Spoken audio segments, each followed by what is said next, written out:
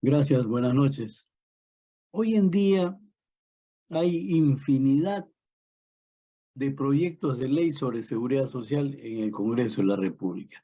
Infinidad es un término probablemente exagerado, pero muchísimos proyectos de ley sobre pensiones, solamente pensiones. No quiero hablar de prestaciones de salud. Ahí he puesto yo algunos ejemplos. Proyectos de ley sobre retiro de aportes, sobre jubilación obligatoria, sobre pensión de viudez, sobre capital semilla, sobre un supuesto capital semilla, sobre las pensiones mínimas, están proponiendo un seguro de longevidad, están proponiendo, en algún momento propusieron que se haga una AFP estatal, que se dé aumento a los pensionistas, en fin. Sin embargo, la gran mayoría de estos proyectos, como ustedes pueden ver, simplemente se refieren a situaciones específicas o parciales de la seguridad social o del sistema de pensiones. Y en segundo lugar, son de un total desconocimiento técnico o por cierto interés. Todos sabemos que las normas no tienen por qué ser específicas, proteger a determinadas personas, sino deben ser generales. Sin embargo, a veces se proyectan o se aprueban en función de intereses. Y ahí he puesto también un titular de un periódico en donde dice que el Ministerio de Economía está listando un proyecto de ley sobre el sistema de pensiones. Y efectivamente hay dos comisiones en estos momentos para tratar de reformar el sistema de pensiones. Una comisión en el Congreso de la República y otra comisión del Poder Ejecutivo. Vamos a ver cuándo se propone. Lo que quiero decirles con esto es que hoy en día en el Perú y en materia del sistema de pensiones hay un desorden legal, llamémoslo así, y que se maneja en función a desconocimiento total de la materia o en función a intereses personales. Soy Eduardo Marcos Rueda, efectivamente, soy abogado por la Universidad de San Marcos, profesor docente de la unidad de posgrado en nuestro querido San Marcos. El tema que se me ha solicitado es el que ustedes están leyendo, los proyectos de ley en relación a la modificación del sistema de pensiones en el Perú. Aquí yo he hecho un pequeño esquema que nos va a servir para llevar un derrotero en esta exposición. Una breve introducción al tema, luego los sistemas de pensiones, cuál es la situación actual, los proyectos de ley y las conclusiones. En primer lugar, estamos hablando de un derecho de la seguridad social. Un derecho de la seguridad social que, a decir del doctor Martín Fajardo Cribillero, un especialista que lamentablemente acaba de fallecer hace poco, tiene determinadas características del derecho de la seguridad social. Y ustedes están leyendo ahí algunas de las características. El derecho de la seguridad social debe ser eminentemente tutelar, debe ser de orden público. El derecho de la seguridad social tiene ya autonomía didáctica, científica, etc. Tiende a la internacionalidad, es democrático y está en constante evolución. Anteriormente se ligaba mucho el derecho de la seguridad social con el derecho del trabajo.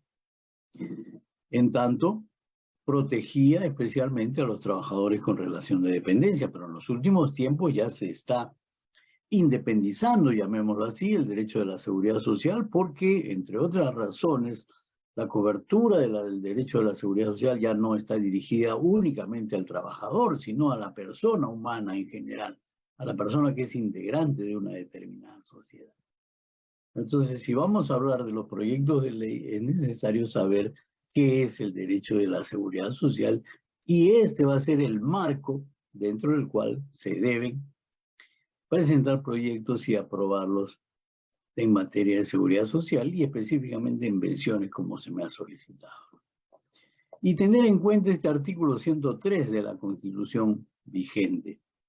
Pueden expedirse leyes especiales, pero no por razón de la diferencia de las personas. Este es un aspecto fundamental para la legislación de seguridad social. No puede ser en función de las personas, es decir, no puede decirse que para determinados grupos debe ser la pensión más alta, para otros menos, más baja, etc., ¿no? Y esto comprende la teoría de los derechos adquiridos y la teoría de los hechos cumplidos, que todos seguramente las conocemos. Sin embargo, encontramos un reglamento del Congreso de la República en el que, y que tiene fuerza de ley, por supuesto, en el que se establecen los derechos en materia de seguridad social de los congresistas, de los propios congresistas, y que en algunos casos tiene algunas preeminencias, algunos beneficios que no lo tiene el conjunto de los demás trabajadores. Entonces lo pongo como ejemplo para que se note que lamentablemente hay algunas normas en materia de seguridad social que no cumplen ese requisito de ser generales de orden público y que no beneficien o tengan interés económico o de grupo, etc. ¿Cuál es la situación actual del sistema de pensiones en el Perú? Hay un diagnóstico que ya es conocido. Estoy hablando del sistema de pensiones en general, no solamente de la ONP, no solamente de la AFP, no solamente de la Caja Militar Policial, sino de todo el esquema general de las pensiones en el Perú. Y ese diagnóstico es conocido ya. Hace un buen tiempo que se sabe que existen estas situaciones en el sistema de pensiones peruano. En primer lugar, hay una baja cobertura. Es una mínima cobertura. No alcanza ni siquiera el 40% de la población económicamente activa. Es decir, menos del 40% de la población económicamente activa está incorporada a un sistema de pensiones. Repito, no necesariamente de la ONP, no necesariamente de la AFP, sino en conjunto, en general, del sistema de pensiones en el Perú. En segundo lugar, los montos de las pensiones son insuficientes. El promedio de las pensiones en la ONP es, si no me equivoco, 600, 700 soles. Y en la AFP está un poco más, aproximadamente 900 soles, 1000 soles. Cuantías insuficientes en su totalidad. Son sistemas diferenciados entre la ONP y la AFP, o el Sistema Nacional de Pensiones y el sistema privado de pensiones. Son totalmente diferenciados. ¿Por qué diferenciados? Porque cada uno tiene sus propias características y cada uno tiene sus propios beneficios y perjuicios respecto del otro. Lo acaba de decir Harry. Una persona que gana 5.000 soles, ¿cómo se va a quedar en la ONP o en el sistema nacional sabiendo que la pensión máxima es 893? Tiene que irse al sistema privado de pensiones en donde esto puede tener una mejor pensión. ¿Por qué? Porque gana más. En un sitio es un ahorro personal, en la AFP es un ahorro personal. En el Sistema Nacional de Pensiones no es ahorro, cuidado. No es ahorro, es un conjunto de aportes que solidariamente formamos todos quienes pertenecen al Sistema Nacional de Pensiones de manera solidaria, y eso se redistribuye equitativamente. Lógico, al que gana más va a tener una mejor pensión, al que gana menos va a tener una menor pensión, pero todos ayudamos, y ese es el principio de la solidaridad que existe en la ONP y que no existe en la AFP. Entonces, esta diferencia de la que yo pongo acá como parte del diagnóstico de los sistemas de pensiones es clarísimo. Hay un sistema individual o un sistema colectivo o solidario. Hay un sistema que da mejores pensiones porque está en base al ahorro personal, y en el otro no hay. Son sistemas poco sociales, no llegan a la población. Generalmente la población desconoce sus derechos y deberes respecto de los sistemas de pensiones. ¿Quién? La sociedad, lógicamente. Son normas desactualizadas, la gran mayoría de normas son desactualizadas. Acabo de poner algunos ejemplos. Y a veces se quiere actualizar las normas, pero con un criterio totalmente antitécnico, porque se desconoce a veces. Mucha gente dice, no, hay que subir las pensiones en un 50%. Y hay fondos como para subir las pensiones en un 50%. Hace poco está pendiente el bono de reconocimiento para todas las personas que se pasen de la ONP a la AFP. Si ustedes conocen, o muchos de ustedes conocen, efectivamente está pendiente ese bono. ¿Por qué está pendiente? ¿Por qué no sale? Porque si bien es cierto que es un derecho de todas las personas que están en la ONP y se quieren pasar a la AFP para que lleven todos sus aportes, hay unas consecuencias económico-financieras para el Sistema Nacional de Pensiones. ¿Cuáles son esas consecuencias? Que se van esas personas, se llevan sus aportes y la ONP o el Sistema Nacional se queda con menos aportantes y con menos dinero. Segundo, el Estado tiene que pagar ese bono de reconocimiento. Si el Estado está ayudando ya al Sistema Nacional, con esto va a tener otro desembolso más. Entonces, es necesario pensar y poner con pinzas eso. El Congreso, al parecer, ya aprobó ese bono de reconocimiento. El Ejecutivo todavía no lo ha, creo que lo ha observado, me parece que es una ley que la ha observado. ¿Por qué la ha observado? Por las consecuencias económico-financieras. Entonces no se trata de decir, sí, vamos a darle tal cosa al otro y punto. No sé si alguno de ustedes se acuerda que hace poco, bueno, hace 2 o 3 años, se dijo que se devuelvan los aportes del Sistema Nacional de Pensiones a las personas. Oye, es muy fácil decirlo, pero no se puede. ¿Por qué? Porque el Sistema Nacional de Pensiones se maneja como un sistema de solidaridad intergeneracional. No es un sistema individual como la AFP. En la AFP sí, cada uno tiene su cuenta individual, cada uno tiene su ahorro personal.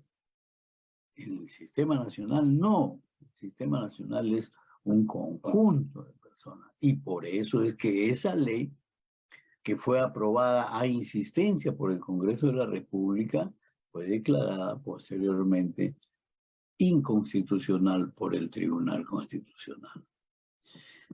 Hay una supuesta competencia entre el sistema nacional y el sistema privado, entre la ONP y la AFP. En realidad no hay competencia. ¿Cómo puede haber competencia? Repito el ejemplo, y al cual se refirió también Harry hace unos momentos. ¿Cómo puede haber competencia de una persona que está en el Sistema Nacional de Pensiones respecto del sistema privado de pensiones? Sabe que en el Sistema Nacional le va a tocar una pensión baja y quiere irse al sistema privado. ¿Eso es competencia? Competencia sería si los dos estén en la misma situación. Y competencia dentro del sistema privado existe, también hay que ponerlo en tela de juicio. ¿Por qué? Porque en el sistema privado hay 4 AFPs.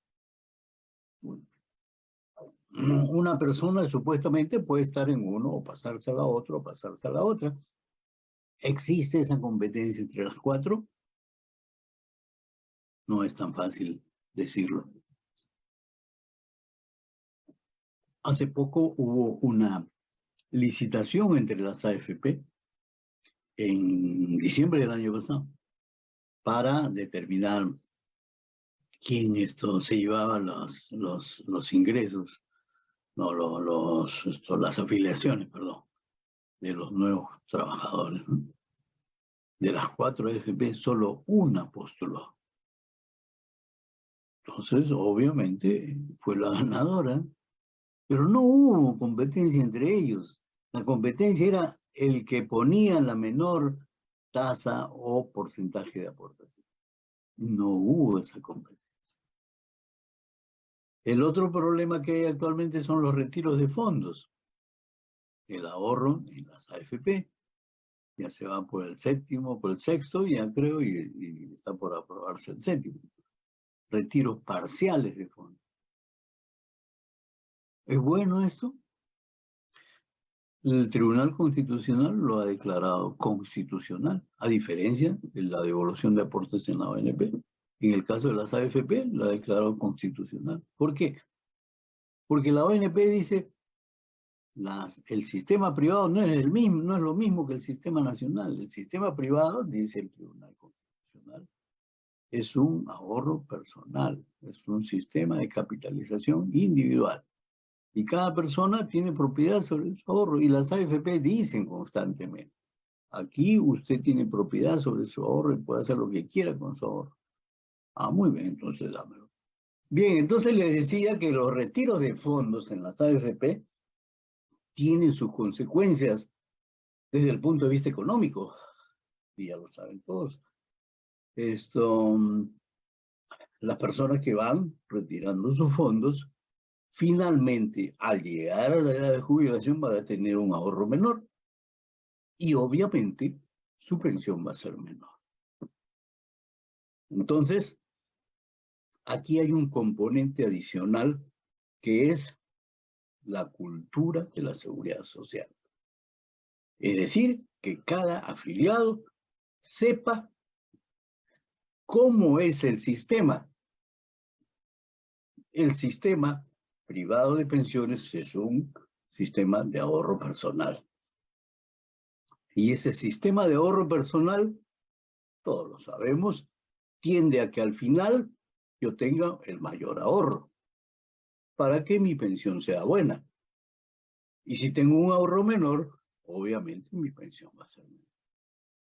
Entonces, este componente adicional que es la cultura de la seguridad social, lamentablemente no se aplica en los sistemas de pensiones. Voy a acelerar porque me he retrasado un poco. Esta es la diferencia de los cotizantes, fíjense, por favor, tomen nota, fíjense, la columna en azul es la población ocupada. La columna en rojo es la población de cotizantes. Fíjense la diferencia. Estos son los cotizantes en el año 2018 y esta es la población ocupada. Fíjense la diferencia, o sea, solamente un porcentaje bajísimo, que no llega ni a los 4 millones, son cotizantes. Cuidado que hay diferencia entre cotizantes y afiliados. Este es el sistema de pensiones, el pago de afiliados y de cotizantes y de pensionistas. Fíjense el número de pensionistas que hay en la ONP, 561,000. Estos son datos del 2018-2019, pero van variando, van subiendo generalmente, pero no en mucha proporción. 85,000 en el sistema privado. Repito, son datos del 2019. Y este es el pago de la planilla. El pago de la planilla en azul es los aportes de la ONP. Y en el anaranjado es lo que pone el Estado. Esto ha bajado un poco en los últimos tiempos.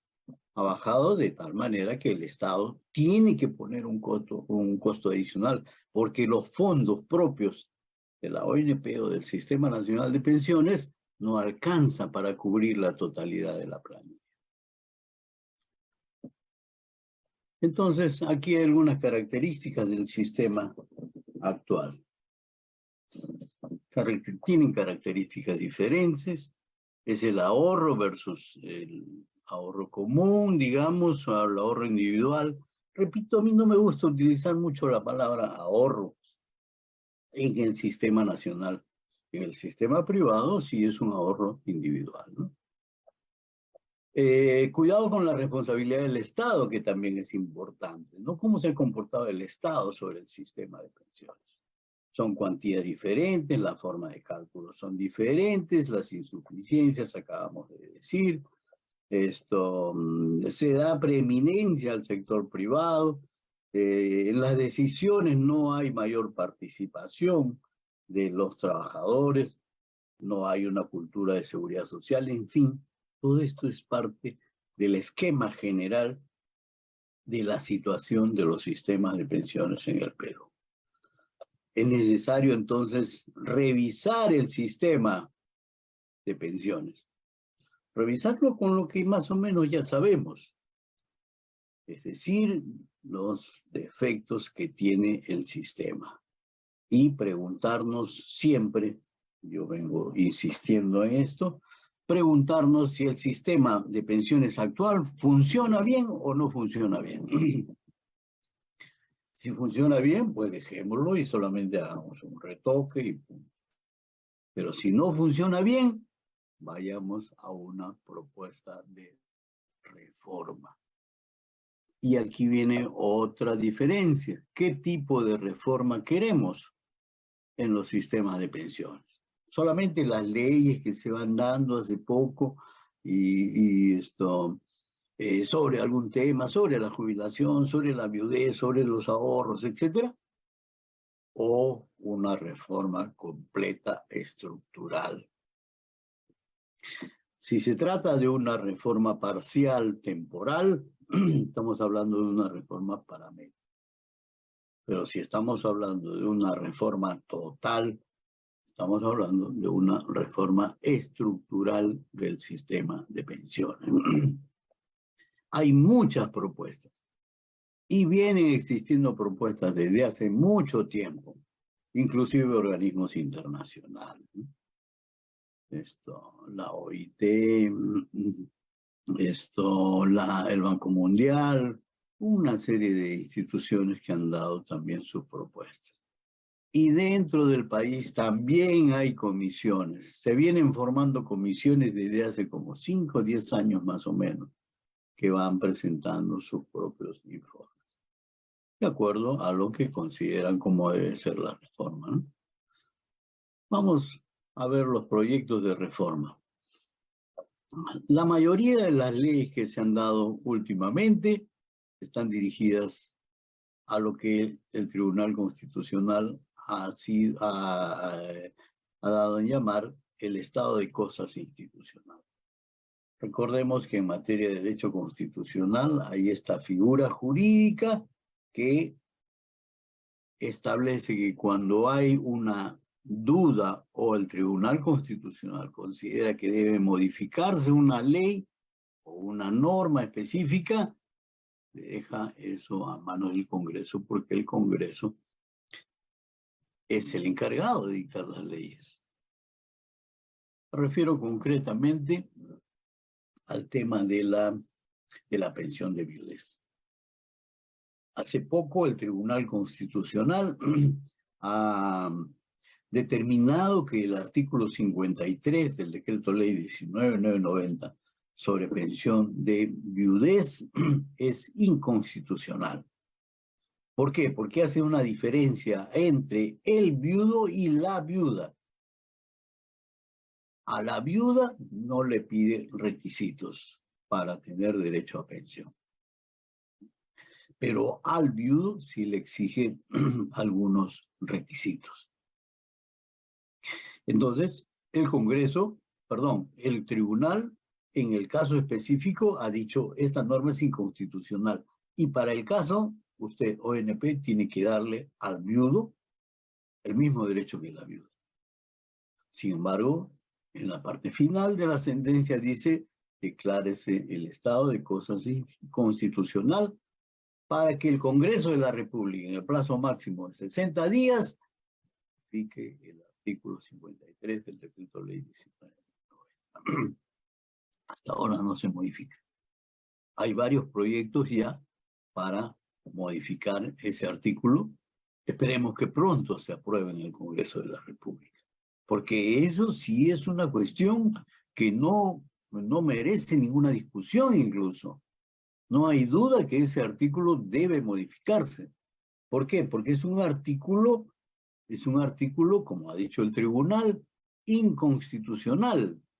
El Tribunal Constitucional dice las leyes no deben ser discriminatorias y aquí está existiendo una discriminación entre el viudo y la viuda. Mientras a la viuda se le da pensión sin ningún requisito, al viudo se le exige que no tenga ingresos, que tenga 60 o más años de edad, que más, varias cosas más, que sea incapacitado, una cosa así.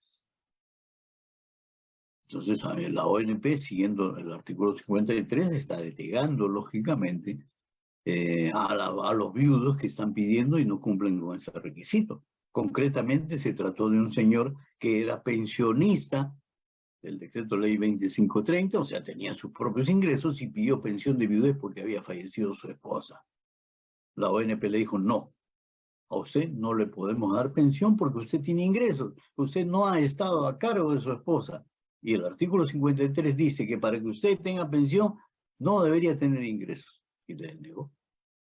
Sin embargo, el señor se fue hasta el Tribunal Constitucional, repito, y el tribunal le dio la razón al señor.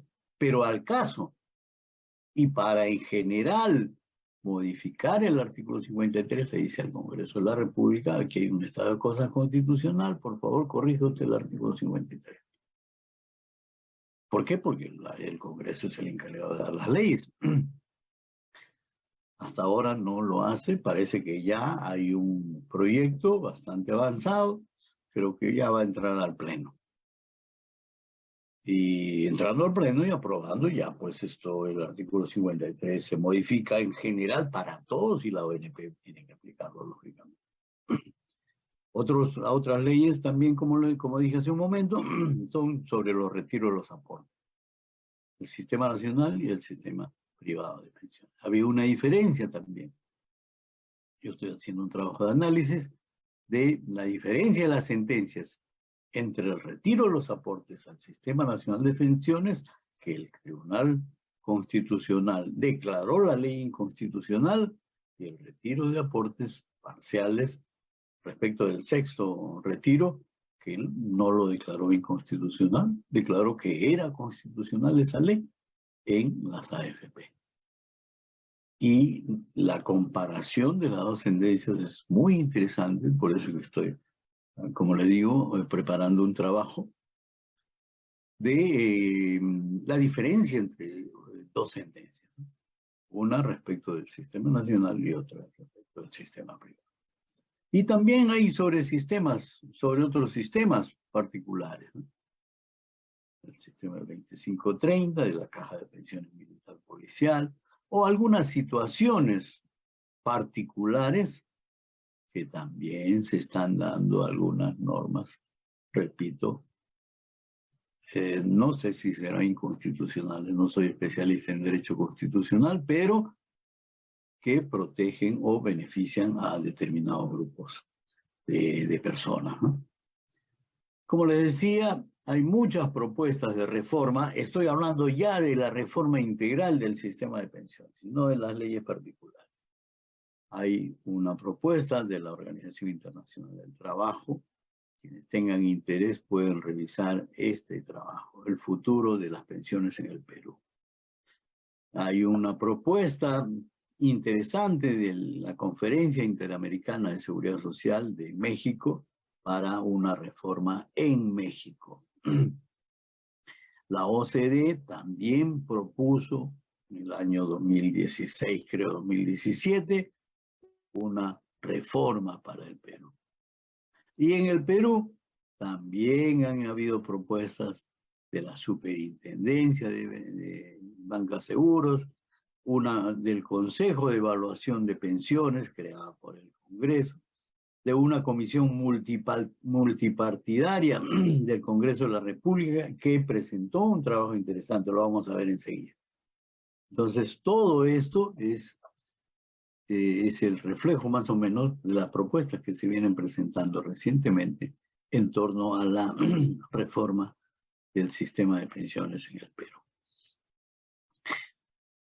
si miramos hacia América Latina, cuidado que hay propuestas de reforma en Uruguay, en Chile, en México.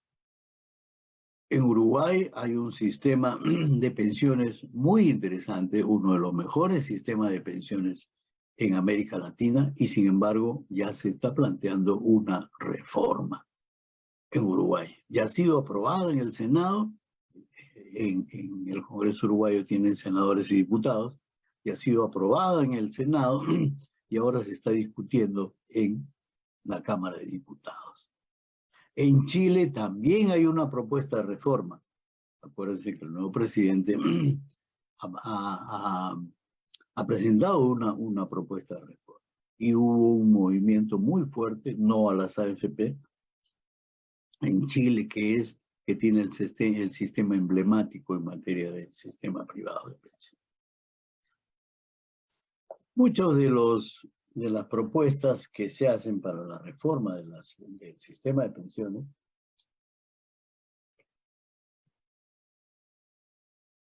se basa en un sistema de pilares. ¿Qué cosa es el sistema de pilares?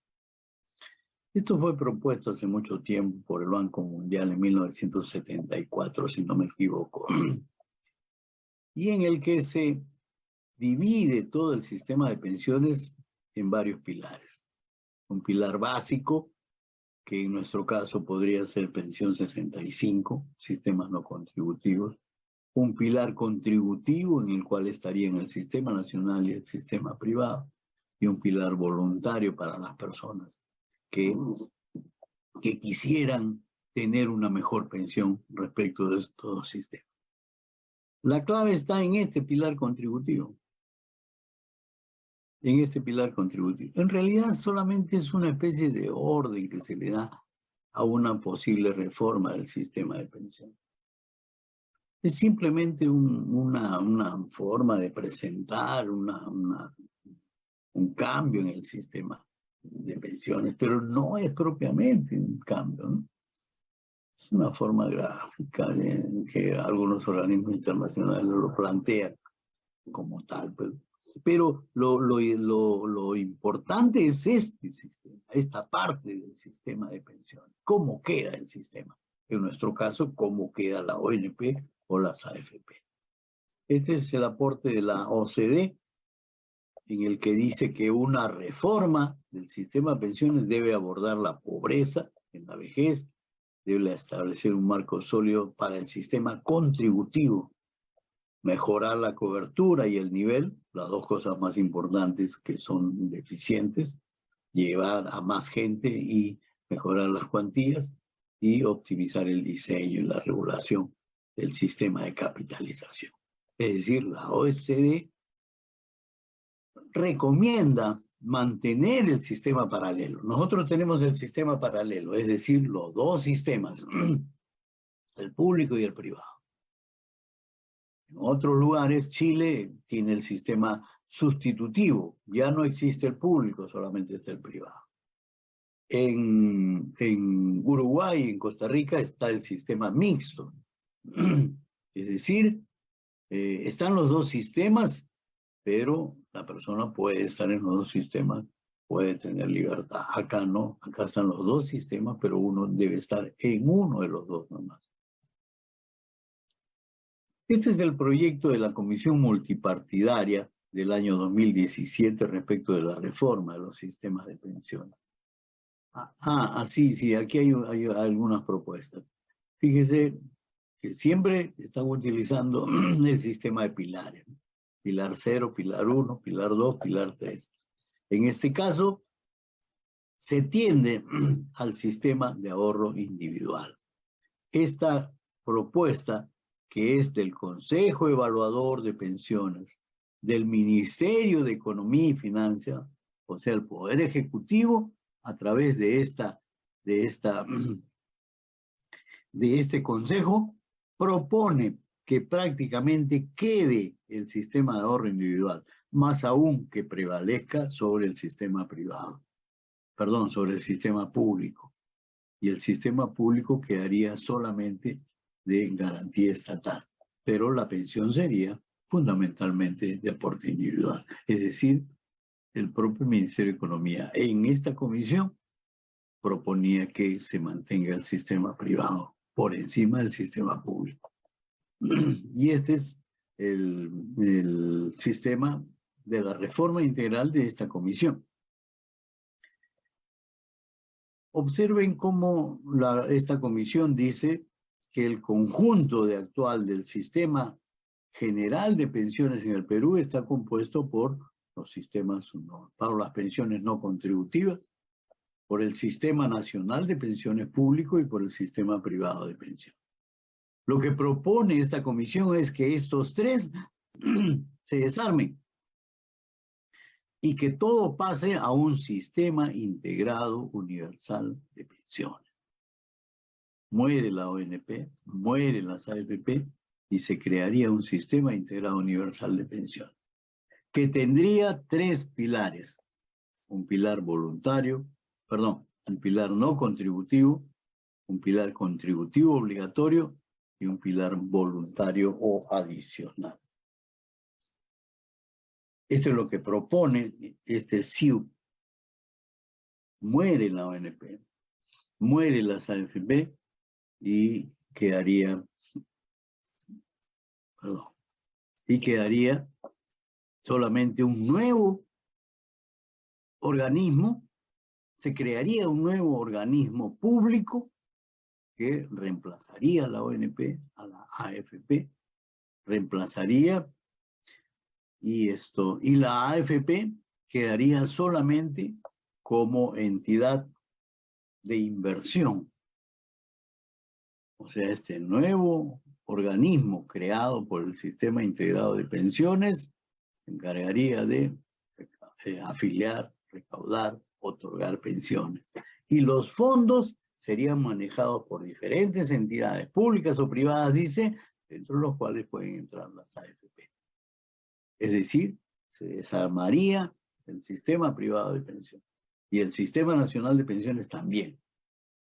Sin embargo, dice, quienes estén en el sistema nacional o en el sistema privado pueden pasar al sistema integral si así lo desean. Si no, se quedan en su sistema. Pero todos los nuevos, decía este proyecto, todos los nuevos entran en este Sistema Integrado Universal de Pensiones. Era una propuesta interesante porque desarmaba todo el esquema que hay actualmente, que no está funcionando bien, y daba paso a un nuevo sistema.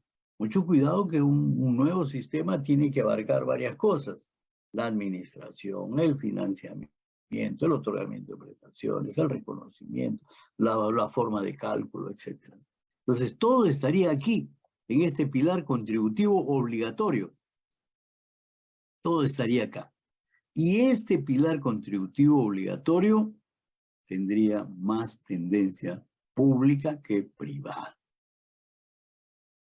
La propuesta de esta comisión indica que este sistema contributivo obligatorio estaría prácticamente a cargo de una entidad estatal.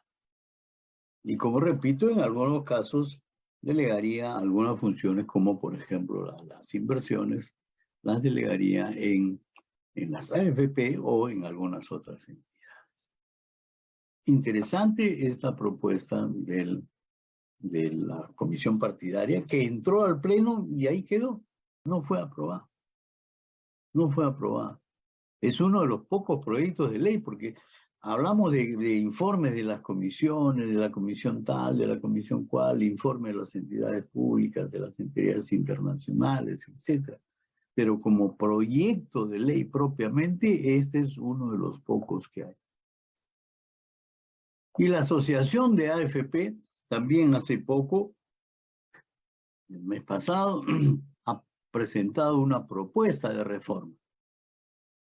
Y en su página web, la Asociación AFP dice: proponemos una reforma integral y gradual, con mecanismos que permiten incorporar a todos los trabajadores para que todos los peruanos tengan una pensión manteniendo la propiedad sobre sus fondos para la jubilación. Cuidado con ese detalle, fíjense. Y se insiste en la propiedad de los fondos, en la propiedad de los ahorros. Y no es así, me parece, por lo menos mi opinión, esto es discrepante, ¿no?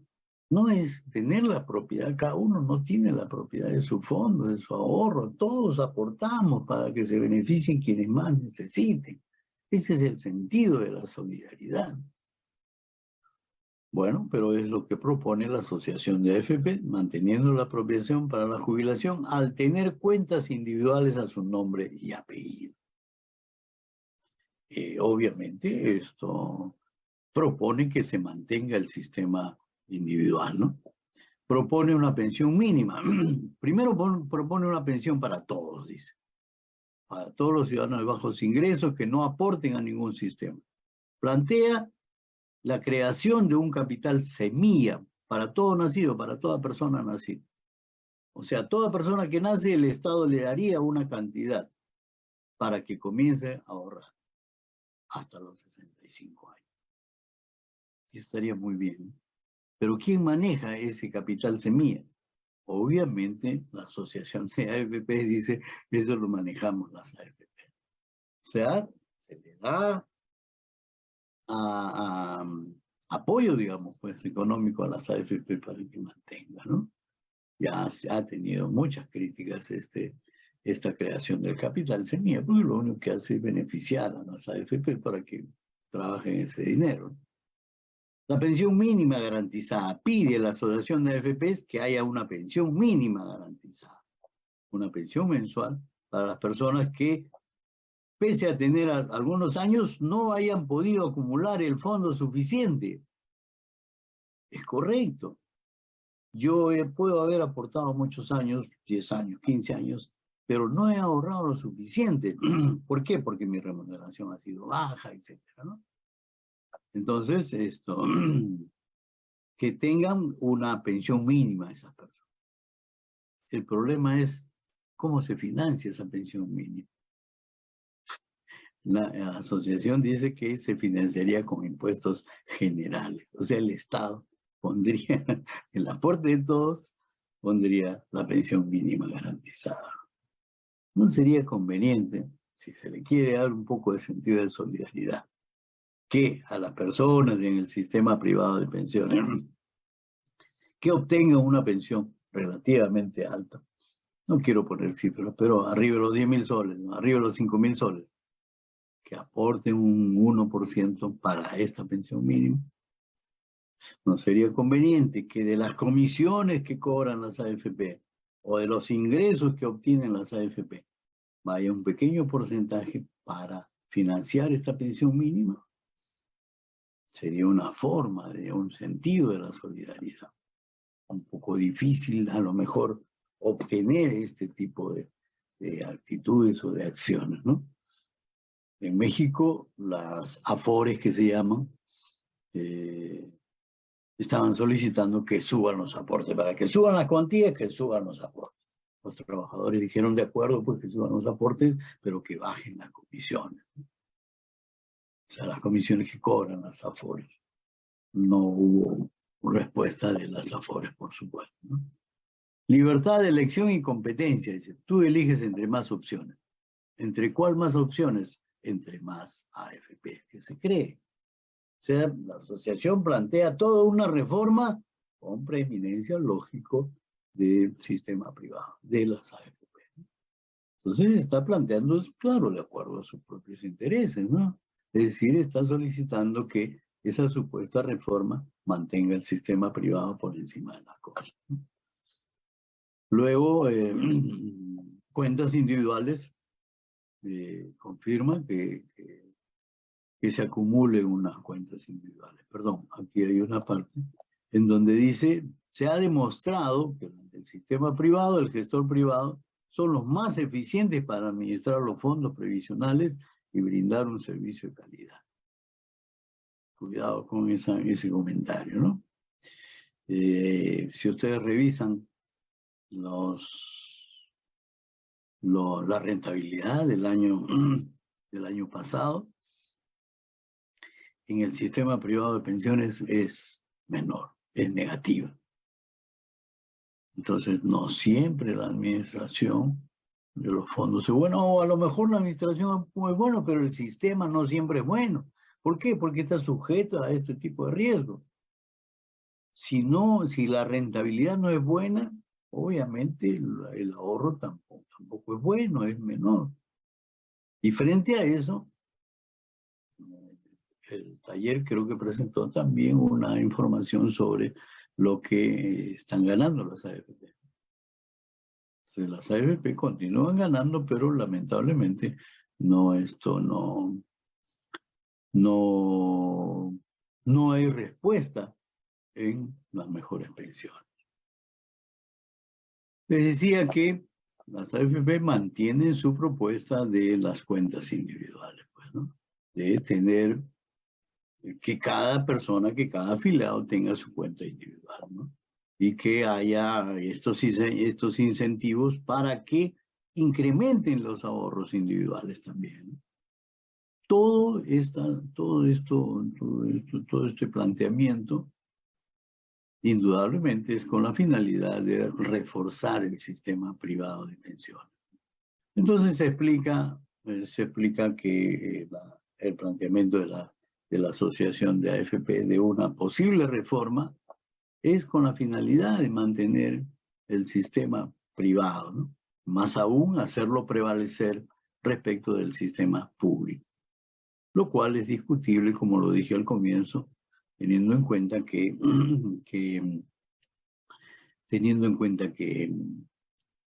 no está funcionando bien todo el sistema en general, ¿no?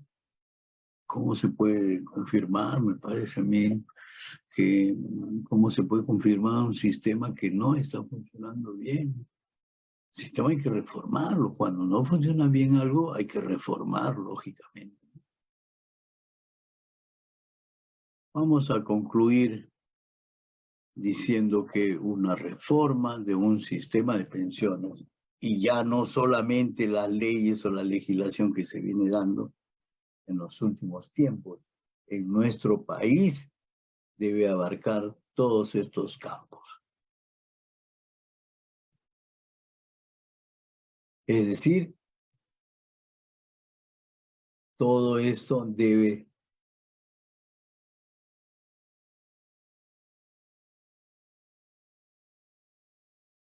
todos estos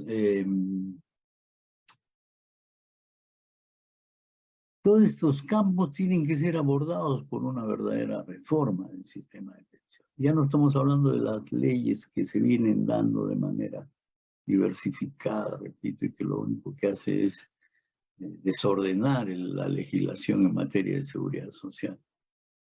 Una reforma del sistema de pensiones en el Perú, entonces, tiene que tocar el tema de la administración. ¿Quién va a administrar el sistema? ¿Una entidad privada? ¿Una entidad pública? ¿Están funcionando bien esas entidades como para que se ratifique que sean administradas por uno o por otro? ¿Cómo va a ser el financiamiento? Y el financiamiento comprende varios aspectos, no solamente el aporte, ¿no? Comprende la forma de aporte. ¿Quién aporta actualmente? Solamente el trabajador, ¿no? Todos los organismos internacionales indican que los sistemas de pensiones deben ser cubiertos por los dos, por el empleador y por el trabajador. En el Perú, a raíz de la modificación que hubo en el 92 y el 95, esto solamente aporta el trabajador, ¿no? ¿Cuánto va a ser el aporte? Ese es otro de los aspectos. ¿Va a seguir cobrándose la comisión que cobran las AFP? El aporte va a ser, perdón, la comisión va a ser en función al flujo o al saldo. Al flujo, es decir, va a ser un porcentaje de la remuneración que ya se está cambiando en el sistema privado, o respecto del saldo. Si ha habido buena inversión, hay un buen porcentaje de descuento. Si ha habido una baja rentabilidad, también el pago de la comisión es bajo. ¿Cómo va a ser este financiamiento? ¿Y quién lo va a tener a su cargo? ¿Lo va a seguir teniendo a su cargo las AFP?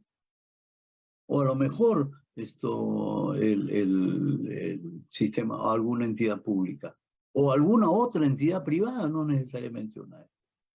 ¿Quién va a ser el encargado de esas inversiones? Las prestaciones van a ser las mismas, invalidez, jubilación, sobrevivientes, o por ahí puede entrar también un seguro de desempleo. ¿Cuáles van a ser las condiciones? Hay muchas personas que dicen, no, yo ya voy a jubilarme, tengo tal edad. Sí, pero solamente has pagado 5 años. ¿Te puedes jubilar con 5 años? No, pero para eso se llama seguridad social. Hay determinadas condiciones que hay que cumplir. No se trata de regalar las pensiones, no es una la seguridad social no es una beneficencia. Para eso estarían los sistemas no contributivos. El proceso de transición también es importante. ¿Cómo se llevaría a cabo el cambio, el posible cambio frente a un nuevo sistema? El cambio, y esto va unido al siguiente punto, a los costos, el cambio del año 90, del año 92, tuvo muchos costos económicos, sociales, judiciales, etc. Algunos de ustedes a lo mejor se acuerdan que a partir de los 90, los 92, comenzó a generarse un proceso de judicialización del sistema de pensiones. Y el Poder Judicial se llenó de demandas. Incluso iban llegando hasta el Tribunal Constitucional. El Tribunal Constitucional tuvo que sacar una disposición para ordenar bien cuáles llegaban al Tribunal Constitucional, cuáles casos llegaban al Tribunal Constitucional y cuáles no. Fue parte del costo de la transición, porque antes no había eso. Antes no había ese proceso de judicialización. ¿Cuáles van a ser los derechos y obligaciones en general de este nuevo, o de esta de reformas de pensiones, ¿no? Y el rol del Estado? Uno de los aspectos más importantes, ¿no? ¿Cómo va a ser el Estado frente a esta reforma? ¿Va a liderar el Estado la reforma? ¿Va a ser el protagonista de este nuevo sistema? ¿O va a seguir siendo el rol el contralor o supervisor que actualmente tiene, ¿no? A través de la superintendencia? ¿Cómo va a ser el rol del Estado frente a esta posible reforma del sistema de pensiones? Por eso le digo, una reforma de pensiones no es simplemente poner una pensión mínima, no es simplemente bajar o subir la edad de jubilación, no es simplemente dar un aumento, no. La reforma del sistema de pensiones comprende todo un proceso en general que abarca todo un sistema y que se tiende a la reforma con participación, por ejemplo, de los actores más importantes, ¿no? Aparte de la academia, que generalmente son llamados, los especialistas son llamados por el Congreso de la República, por el Poder Ejecutivo, y no siempre, pues, la tendencia es a un verdadero sistema de pensiones y que tenga el carácter social. No siempre es así, ¿no? Ya sabemos que en todo este aspecto hay un contexto político, social y económico que se debe tener en cuenta. Un contexto que genera muchos intereses, por supuesto. Y esos intereses, lamentablemente, a veces prevalecen por encima de un aspecto técnico o un aspecto social de un sistema de pensiones como debería ser. Una seguridad social, entonces, no debe quedarse simplemente en la protección social. Debe ir más allá, debe ir al concepto ético de ser efectivamente un sistema de protección social, pero debe contribuir a disminuir la desigualdad o a disminuir la pobreza, etc. La seguridad social ya no puede quedarse en el simple medio de protección social. Debe ir más allá, debe tener un objetivo mayor, un concepto ético que lo lleve a cubrir toda la gama de situaciones que hay en una determinada sociedad y de contribuir a esa mejora. No lo va a solucionar, obviamente, la seguridad social no va a solucionar sola todos los problemas que hay en un país, pero sí puede contribuir a una mejor redistribución de la riqueza, puede contribuir a a disminuir, como digo, la desigualdad, etc., que todos sabemos que existe. El rol del Estado, esta seguridad social, debe tener como protagonista al Estado. El Estado debe liderar todos estos cambios. Debe ser una seguridad social universal, tendiente a la universalidad y no solamente de protección al trabajador. Debe ser solidaria. El sentido de la solidaridad es el principio más importante de la seguridad social. Porque comprende eso, ¿no? ¿Qué cosa es seguridad social? Que todos nos unimos para tratar de protegernos frente a determinadas contingencias. Debe tener pensiones suficientes o prestaciones económicas suficientes. Debe tener un sentido ético la seguridad social, no quedarse, insisto, en el simple concepto de protección social. Obviamente no debe tener fines de lucro, este es otro de los aspectos importantes de la seguridad social. Y debe estar relacionado, lógicamente, con la economía de un país. La seguridad social maneja dinero, y por eso es que ha sido materia en los últimos años, no solamente en el Perú, sino en todo el mundo, ¿no? Ha sido materia de participación de los economistas, de los organismos internacionales. Hoy en día los economistas son los que muchos saben de seguridad social, ¿no? Mucho más que los abogados, por ejemplo, ¿no? Y por último, pues debemos tener una cultura de la seguridad social. Una cultura de la seguridad social que sepa, que nos haga comprender en primer lugar que debe existir una seguridad social en el Perú, que debe haber una reforma a través del conocimiento de esa seguridad social, cómo está funcionando, a través de un análisis, si está funcionando bien, si está funcionando mal, y una opinión crítica. No, esto está mal y tiene que mejorarse. Todo esto es cultura de la seguridad social. La cultura de la seguridad social no es solamente saber sus derechos. La cultura de la seguridad social no es solamente saber que a los 65 años me tengo que jubilar y que mi pensión puede ser tanto. No, la cultura de la seguridad social va mucho más allá. Y esta cultura de la seguridad social debe convertirse en un derecho de todos los ciudadanos para conocer su sistema de seguridad social.